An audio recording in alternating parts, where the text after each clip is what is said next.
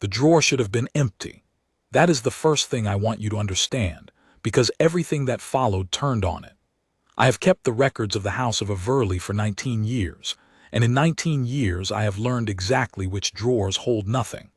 The long shallow one beneath the third map cabinet, in the cold room we call the under-chancery, was supposed to be one of those, catalogued in 1971 as cleared, stamped, and forgotten. So when my hand met something heavy sliding against the back board, something that rolled with a small dense weight a piece of paper never has, I stopped breathing for a moment in that silent stone room. I am not a dramatic woman. My name is Margaret Vane, and my whole working life has been the opposite of drama, ink, dates, the careful folding of old things so they do not crack. But I will tell you that when I drew out a flat tin case the size of my palm, tarnished the color of old smoke, and felt it shift inside, I knew before I opened it that I had found something that was not supposed to still exist. Inside, on a bed of cotton gone yellow as tea, lay a medal. Not a grand one. The grand ones are kept upstairs, behind glass, photographed and insured and dusted by men in white gloves. This was a small silver cross on a faded ribbon of midnight blue and dull crimson, the kind given for a single act rather than a long career. The kind a soldier earns once, in one terrible minute, and carries the rest of his life. The enamel had chipped at one arm.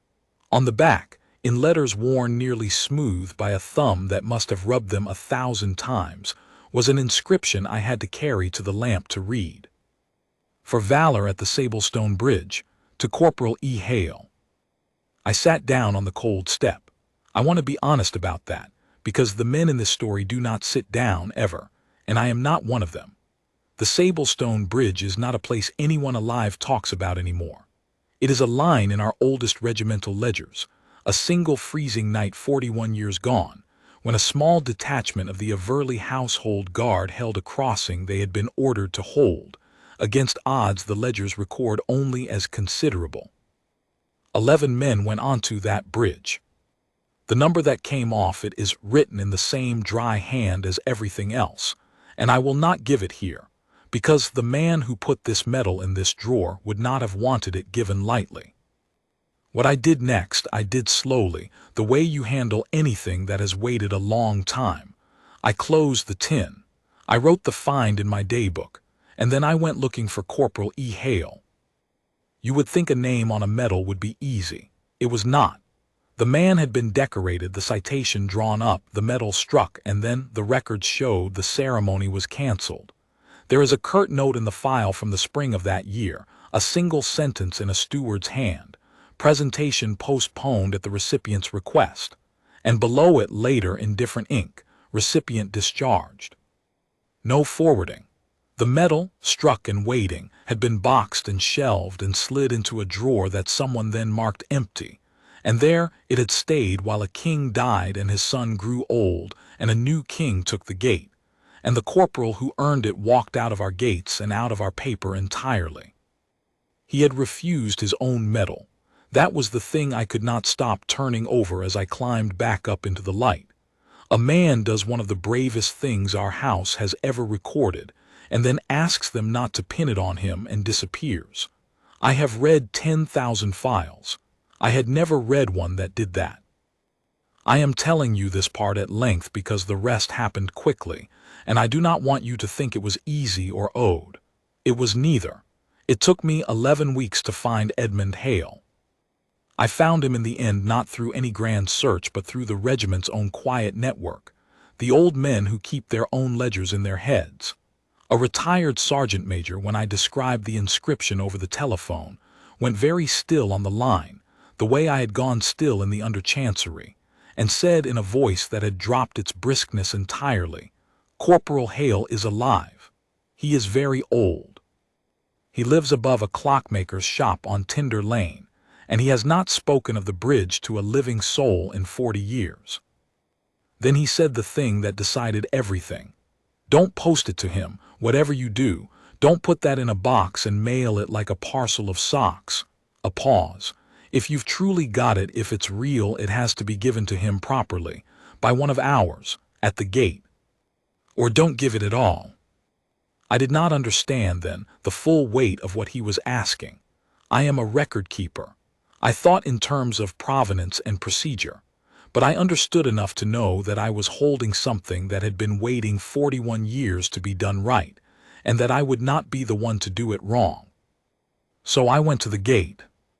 Our gate is the Sablestone Gate, named, I would only later let myself feel the force of, for the same bridge. And the man who holds the daylight watch on the eastern post is a guardsman I knew by sight and not at all by anything else.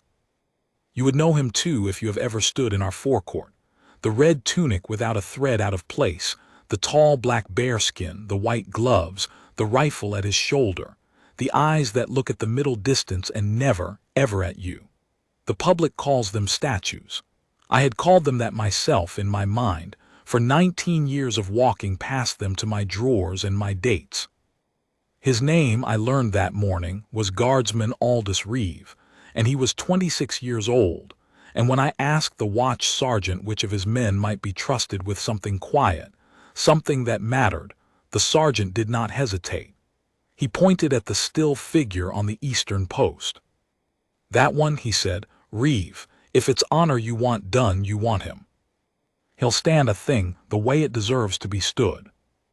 I did not know what that meant yet.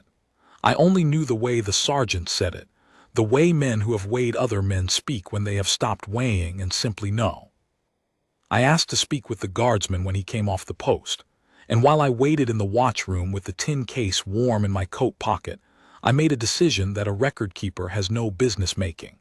I decided that this would not be a memorandum, or a glass case, or a line in a newsletter. I decided that the medal that had finally come home would go the last few feet of its journey in the hands of a man who understood, as I was only beginning to, that some things are not given, they are rendered. They are owed and paid, with the whole weight of a body behind them, at the place they were always meant to be paid. I just did not yet know how completely that young guardsman would teach me the difference. When Reeve came off the post, he did not change. That was the first thing I noticed and the thing I have thought about most since. Men come off a duty and they slump, they exhale, they become smaller and ordinarier. He did not. He stood in the watchroom with his bearskin under his arm and his cropped fair head bare, and he was simply a quieter version of the same straight line he had been on the post. He looked at me as if I might be carrying an order, which in a way I was. I told him what I had found. I set the tin on the deal table between us and opened it under the bare bulb, and I watched a young man's face when he read the inscription. He did not reach for it. His hand stayed at his sides, but something moved behind his eyes, fast and then gone, like a fish turning under ice. Sablestone Bridge, he said, not a question. You know it. Every man who has stood this gate knows it. He looked at the small chipped cross and did not touch it. They teach us the bridge in our first week, not the way the public hears it, the real number. They teach it so we understand what the post is, what it can ask. He raised his eyes to me, and the corporal is alive. Above a clockmaker's shop, 86 years old, he refused the medal when it was offered. Walked out and never came back. I expected him to ask why. Everyone I had told the story to had asked why. With that little hungry tilt people get toward a mystery. Reeve did not ask. He looked at the medal for a long moment, and then he said the most extraordinary thing. Then we don't ask him why, we just bring it home. I am a woman of files, and I have a file keeper's distrust of grand sentiment. But I will tell you that standing in that bare watchroom, I felt the thing settle that the sergeant major on the telephone had been trying to make me feel. This was not a presentation. It was a debt. And the young man in front of me had understood that in the time it took me to open a tin, when it had taken me 11 weeks. We could not simply summon an 86-year-old man to the palace gate. I went a Tinder Lane myself first, with the medal left locked in the watchroom safe, because you do not carry a thing like that to a man before you know whether he can bear to have it carried to him. The clockmaker's shop smelled of oil and brass and slow time. Edmund Hale lived above it in 2 rooms, and his granddaughter, a tired, kind woman of 50 named Dorothy who clearly carried him as gently as I carried the old folios, let me up the narrow stair with a wariness I respected. The old man sat by the window in a chair worn to the shape of him. He was very thin, the way very old soldiers go thin, all the softness burned off and only the frame left. His eyes were pale and sharp, and they found me and read me the way I read a watermark, all at once and to the bottom. I did not show him anything. I had decided that on the stair. I sat, and I said only that I kept the records of the house, and that in the course of my work I had come upon something that belonged to him, struck long ago and never given, and that the house wished, if he was willing, to put right an old failing. For a long moment the room held nothing but the ticking that came up through the floor from 100 clocks below, all slightly out of step, so that time in that room sounded like soft rain. "I asked them not to," he said at last. His voice was dry, but it did not shake. "Did your records tell you that?" I stood in front of the steward, and I asked them not to pin it on me. "They told me that. They did not tell me why." He looked out the window, because the men who should have stood next to me to get theirs weren't going to be standing anywhere ever again, he said, and I could not see how I was to wear a thing for a night that took 8 of them and gave me a chipped cross. It seemed to me an obscene arithmetic, so I asked them to keep it, and I left because I could not hold a rifle on that gate one more dawn and not see the bridge. He turned the pale eyes back on me. "I have made my peace with most of it. A man does if he lives long enough. But I will not stand in a forecourt and have it pinned on me like a prize at a fair while cameras flash." There it was, the refusal, 41 years old, still intact, and I understood it. Heaven help me, I understood it completely. I had come ready to coax him, and I found I could not because he was right. So I did not coax. I told him the truth, which is always the only key that fits an honest lock. "Mr. Hale," I said, "I did not come to give you a prize. I came because a thing that was owed has gone unpaid for 41 years, and I have found it, and I cannot put it back in the drawer now that I know. The medal is not the point. I think you know that better than I do. The point is that 8 men held the Sablestone Bridge with you, and the house struck a cross for that night and then lost it in a drawer, and that is the failing, not that you were never thanked, but that the night was never properly honored at all. I would like to honor the night. You happen to be the man it has to go through." The clocks ticked their soft rain. Dorothy had stopped pretending to make tea. The old man was quiet so long I thought I had lost him. Then he said, very low, "Who would give it?" "A guardsman of the present watch, at the gate. No cameras, no crowd, no fare." I leaned forward. "Just the gate and you and a young man who knows exactly what the bridge cost, rendering it the way it should have been rendered the first time." Edmund Hale closed his eyes. When he opened them they were wet, and he did not bother to hide it, because men who have truly been brave have nothing left to hide. "All right," he said, "for the 8, not for me, for the 8. And that is how it was arranged, not as a ceremony, but as a payment of a long debt, on a gray weekday morning when the forecourt would be nearly empty, with the dignity of the thing protected by its very smallness."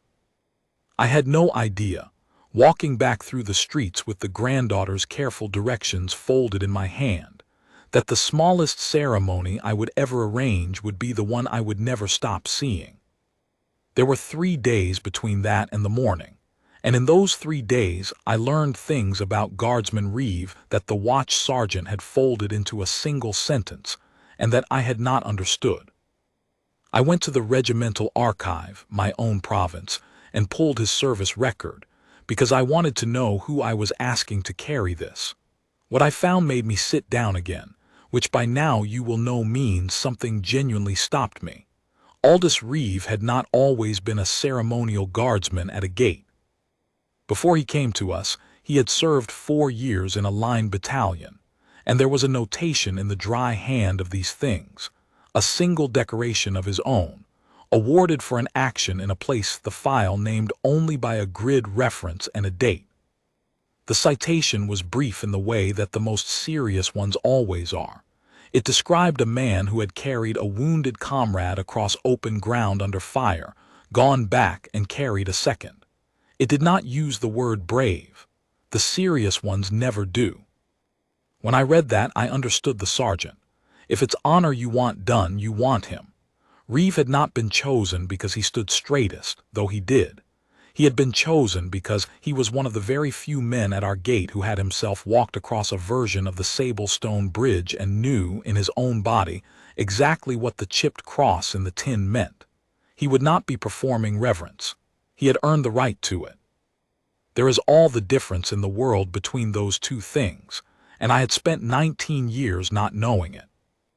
I did not tell him I had read his record. It was not mine to bring up.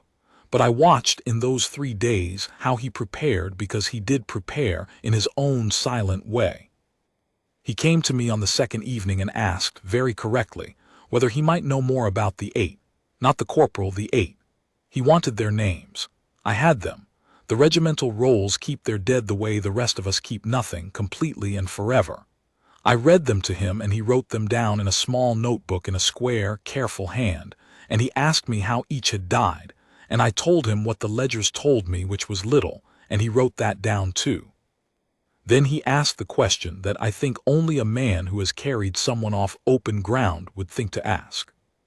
Did any of them have no one, at the time, any with no family listed to be told? I checked. 2 of the 8 had no next of kin recorded. He nodded slowly, as if those 2 were now particularly his responsibility, and wrote a small mark beside their names, and I did not ask him what the mark meant.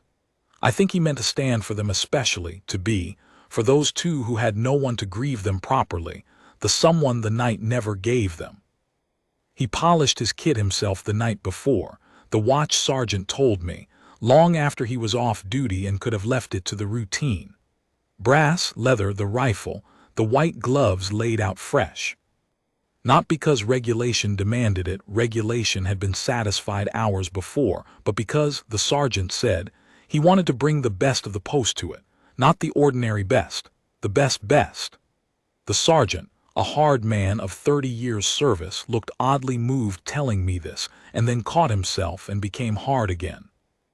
The morning came gray and still, the way I had asked the weather office for, and the way they cannot actually provide, so I can only say we were given it. Low cloud, no wind, the cobblestones dark with an overnight damp that had not yet dried. The forecourt was nearly empty.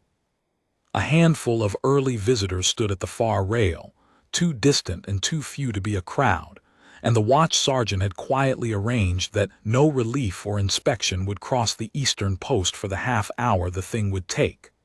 We did not close the gate. We simply made a small island of quiet within an ordinary morning, which is the most you can do, and exactly what the occasion wanted. Dorothy brought her grandfather in a hired car at the appointed hour. I met them at the lower entrance. Edmund Hale had dressed himself, against his granddaughter's protests, in a suit that had clearly been kept for funerals and was now a size too large, and he had put on, I saw, a tie of midnight blue and dull crimson, the regiment's colors, the colors of the ribbon that he must have owned for 60 years and worn perhaps 3 times. He came on 2 sticks very slowly, and he would take no help across the cobbles, though Dorothy hovered at his elbow and I walked on his other side ready to catch a fall that in the end did not come. He had refused the offer of a chair. "I'll stand for it," he had said on the telephone the night before, "or I won't come. A man takes this standing or he doesn't take it."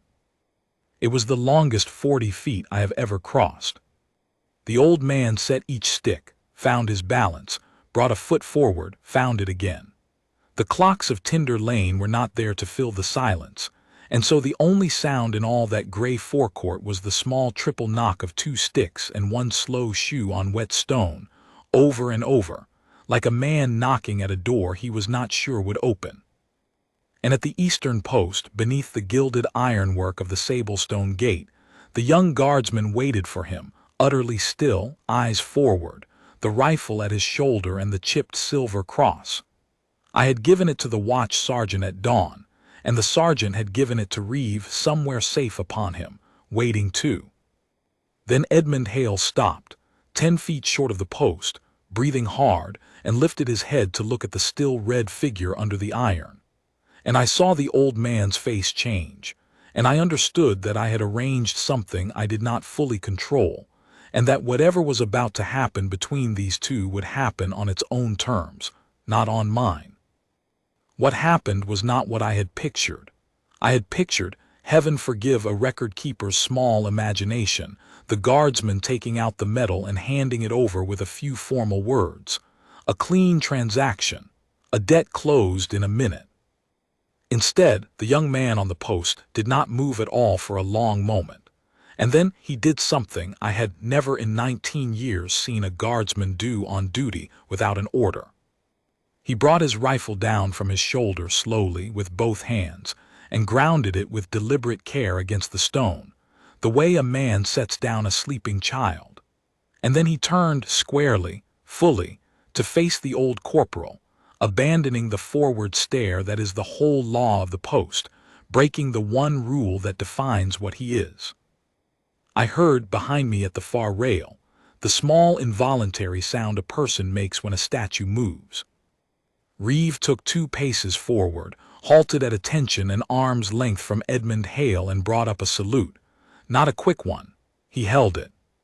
He held it the way you hold a salute for a coffin going past, the way the rendering of the very highest honor is held. And I realized with a kind of vertigo that this 26-year-old man was saluting an 86-year-old corporal, as if the corporal outranked everyone living, because in the only ledger that mattered to Reeve that morning, he did. The old man's 2 sticks trembled, his jaw worked. And then, very slowly, leaning his whole weight onto Dorothy's suddenly their arm so that he could free a hand, Edmund Hale brought up a salute of his own, a corporal's salute, 40 years out of practice, the elbow not quite right, the fingers stiff with age, and the 2 of them stood there in the gray forecourt with their hands at their brows, the youngest discipline at our gate and the oldest, holding each other up across 41 years with nothing but a gesture. Then Reeve lowered his hand, and he spoke. His voice was low, and it carried in the still air the way a low voice does when everything around it has gone silent to listen. "Corporal Hale," he said, "I am told that on a winter night at the Sablestone Bridge you were one of 11 men ordered to hold a crossing, and that you held it." A pause, exactly weighed.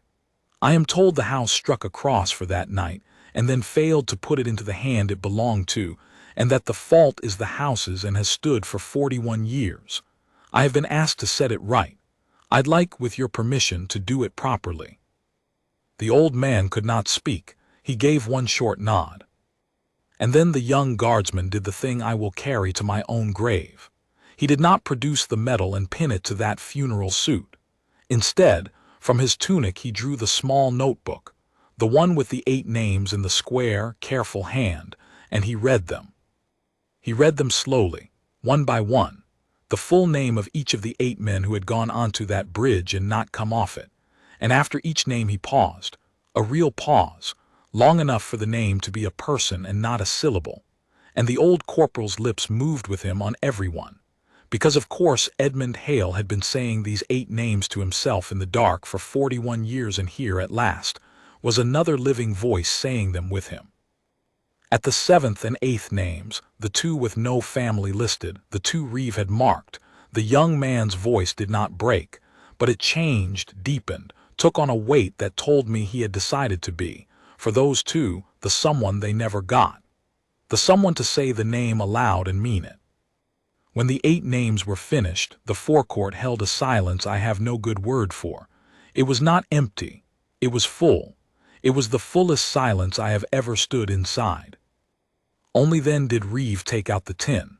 He opened it. He lifted the small chipped cross on its faded ribbon, and he did not pin it on the old man. He had understood somehow, without being told, the obscene arithmetic Hale had spoken of, the impossibility of a prize. Instead, he placed the medal into the corporal's free hand, folded the old, spotted, trembling fingers over it with both his white gloves, and held the old man's closed fist between his two hands for a moment, the way you hold something to keep it from being dropped, or to give it warmth.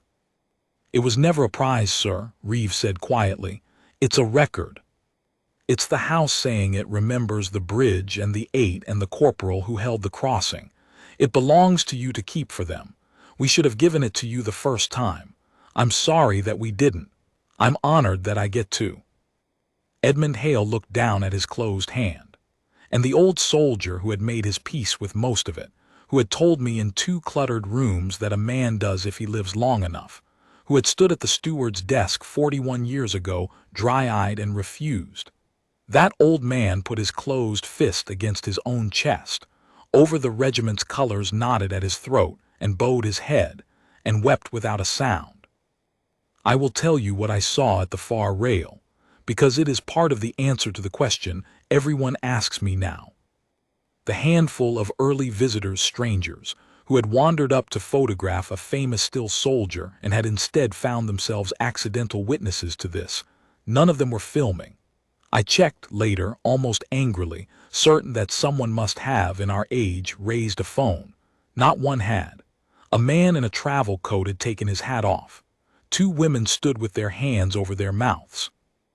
A boy of perhaps 19, who had arrived laughing with friends, stood apart from them now, very straight, having unconsciously squared himself the way you do in the presence of something you do not have a name for but recognize as larger than you. They had come to watch a man who does not move. They were watching instead the only thing more powerful than that, the man who does not move, choosing, for one exactly right reason, to move. The watch sergeant stood at the corner of the building with his face like carved stone and tears running freely down it, and he made no move to wipe them, because some weeping is itself a salute, and he knew it.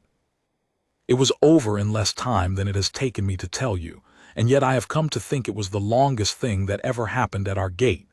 When Edmund Hale lifted his head again, his face had changed. I do not mean he had stopped weeping. The tears were still there, unhidden. I mean that something 41 years tight had let go. He looked at the young guardsman and he found his voice, and what he said was not thanks. "You went back," he said, "didn't you?" Reeve went very still. I do not think anyone but the 2 of them and I, standing close, even heard it. "You've the look of a man who's been across open ground," the old corporal said low. "I knew it the moment you turned. A man who's only stood at a gate doesn't ground his rifle like that, doesn't read the 8 like that. You went back for someone, more than once." For the first time that morning Reeves' composure thinned, just at the edge, the way the surface of deep water shivers without breaking. "Twice, sir," he said, barely above a breath. "How many came off?" "Both. One didn't keep, sir, after." "But both came off." The old man nodded slowly, and a thing passed between them then that had no words in it at all, and that I, who deal only in words, will not insult by trying to find any. 2 men who had each carried the unbearable weight of doing the brave thing and surviving it, while better men did not. Whatever the 8 names had begun, this finished it. The corporal who could not bear a prize for the night that took 8, being honored at last, by the only kind of man whose honoring he could accept. One who carried the same arithmetic in his own chest, and had never been able to set it down either. "Then you know," Edmund Hale said, "it was the gentlest absolution I have ever heard. You know it's not a prize. Good, good. Then I can take it." And he closed his hand the more tightly around the chipped cross, and he stood the straighter for it, an inch of his old soldier's bearing coming back into the too large suit, and the thing was done, not as I had arranged it, but as it had needed to be done, which is a different and a higher thing, and which I had nothing to do with except to carry a tin out of a cold room and have the wit to find the right man to hand it to. There is an epilogue, and I will give it to you because the question I am asked most is, and then? People want to know that a thing like this goes somewhere, that it does not simply end on wet cobbles and dry up. It did not dry up. Here is where it went. Edmund Hale did not keep the medal for himself. He told me this the following week, when I called at the rooms above the clockmakers to return some papers, and found him much changed. Lighter, the granddaughter said, lighter than she had seen him in years, sleeping through the night for the first time since she had known him. He had set the chipped cross in its open tin on the windowsill where the light from the street found it, and he looked at it the way you look at a photograph of someone you have made peace with. "It's not staying with me," he said. "I'm 86. When I go, it'd end up in a drawer again, or worse, on a table at an auction with a card beside it explaining what it was, for people who'll never understand what it was." He shook his head. "No, I've decided. It goes back to the house, but not to the cold room. Not to a drawer, to the gate." I did not follow and said so. "There's a wall in your watch room," he said. "Reeve showed me, where the present watch keeps the names of the gate's own dead. He told me the bridge isn't on it, the 8 aren't on it because they died off the gate on the crossing, and the wall is only for men who fell on the post itself. A technicality, a piece of bookkeeping." He looked at me steadily, an old man instructing a younger one in the only thing he had left to give. "I want the 8 put on that wall. And I want my cross fixed beneath it, in a plain frame with the 8 names, and no name of mine at all, or only at the bottom small, as the man who held it for them until it could come home. So that the boys standing the dawn watch 100 years from now will see it when they sign on and off, and ask what the bridge was and be told the real number. That's where it does the most good, not on my chest in the ground, on that wall doing the work." I took it to the house. I am a record keeper. Getting a thing changed on the gate's memorial wall is precisely the sort of bureaucratic stone I am built to move, and I moved it. There were objections. There are always objections. The technicality cited back to me by men who had not stood in the forecourt that morning, and I overruled every one of them, with a steel I did not know I owned until that morning gave it to me. The 8 names went onto the wall. The chipped cross was set in a plain dark frame beneath them, exactly as he asked, with the 8 names listed in full and at the very bottom in letters smaller than the rest, held for them by CPL. E. Hale, 1971-2012. He had insisted on the dates. "The 41 years are part of the record too," he said. "Don't tidy them away. A thing that comes home late should say so. It's the truest part." They hung it on the day the granddaughter wheeled him in for the unveiling. He took the chair this time. He had nothing left to prove, and he knew it, and the entire watch that could be spared stood in that small room while the cloth came off. Reeve was among them, and when the wall was uncovered the corporal looked for him and found him, and the two of them held each other's eyes for a moment across the room, and neither saluted, because they were past needing to. Then the watch sergeant called the watch to attention, and they rendered the 8 a present arms, all together, in that cramped room. The crispest, most perfect drill movement I have ever witnessed, every rifle moving as one, and the small sound of it, the single united snap of 20 men's hands and weapons, was louder in that room than any cannon. Edmund Hale died 11 weeks after that, in the chair by the window with the morning light on him, peacefully, his granddaughter said, with the look of a man who had finally set down a weight he had carried for 41 years. He had lived, I think, just long enough to see the bridge come home. Dorothy told me, when she came to tell me, that in his last days he had spoken of the 8 by name, easily now, without the old clench, and that more than once he had said the young guardsman's name too, as if Reeve had been added to some private roll he kept of the men who mattered. She gave me, at the door, a single sheet of paper in the old man's shaking hand, which I keep in my own daybook now and will keep until I am the one in the chair by the window. It said only, "Tell the boy at the gate the 8 know their names were read. That's the whole of it, tell him." I told him. I went to the Eastern Post on a bright cold morning, and I waited until he came off duty, and I gave Aldous Reeve the old man's message word for word. He took it standing, of course. He did not weep, that is not his way, and it would not have been the right thing, and Reeve has an unerring instinct for the right thing. He simply received it, the way he receives everything, with his whole straight body, and then he said, "Thank you for telling me, Miss Vane," and he went to sign off the watch. But I saw him stop on his way in front of the wall. I saw him read the 8 names once more, though he must know them better than his own by now. And I saw him touch, with one white-gloved finger very lightly, the bottom line of the small dark frame, held for them by CPL. Hail and stand there a moment in the empty room, and then go on. People ask me what the lesson of it was, because people always want a lesson, a thing they can fold up and put in a pocket. I am not sure I have one clean enough to give, but I will tell you what 19 years of files and one gray morning taught me, and you may make of it what you will. I used to think the men at our gate were statues.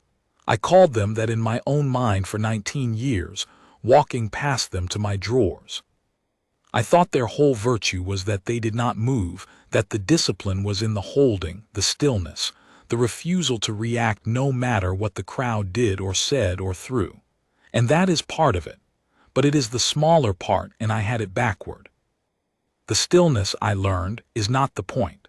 The stillness is the discipline that keeps the man ready, keeps him whole and unspent, and exactly where he is needed, for the one moment when the right thing is not to hold but to move.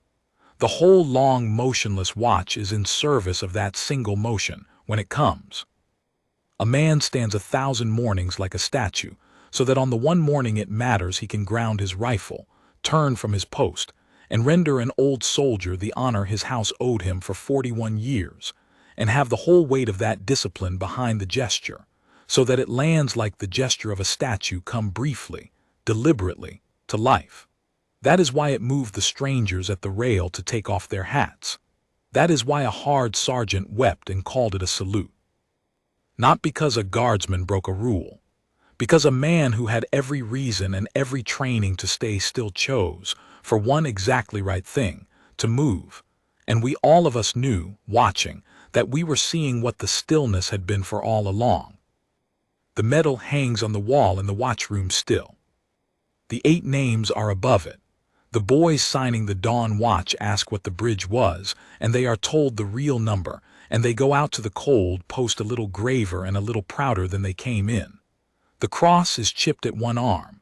No one will ever fix that chip. It is part of the record, like the 41 years, and a thing that comes home late should say so. And the young guardsman is on the eastern post most mornings, beneath the gilded iron of the sable stone gate, red tunic without a thread out of place, eyes forward utterly still, a statue, the tourists say, raising their phones. They do not know what I know, that the stillest man at the gate is the one most ready to move, and that the day he does, for the right reason, they will understand for the rest of their lives exactly what they saw. It came home. After 41 years in a drawer marked empty, it came home, and I, who keep the records, have never recorded anything I am prouder to have had a small gray hand in. The drawer should have been empty. I will be grateful all my life that it was not.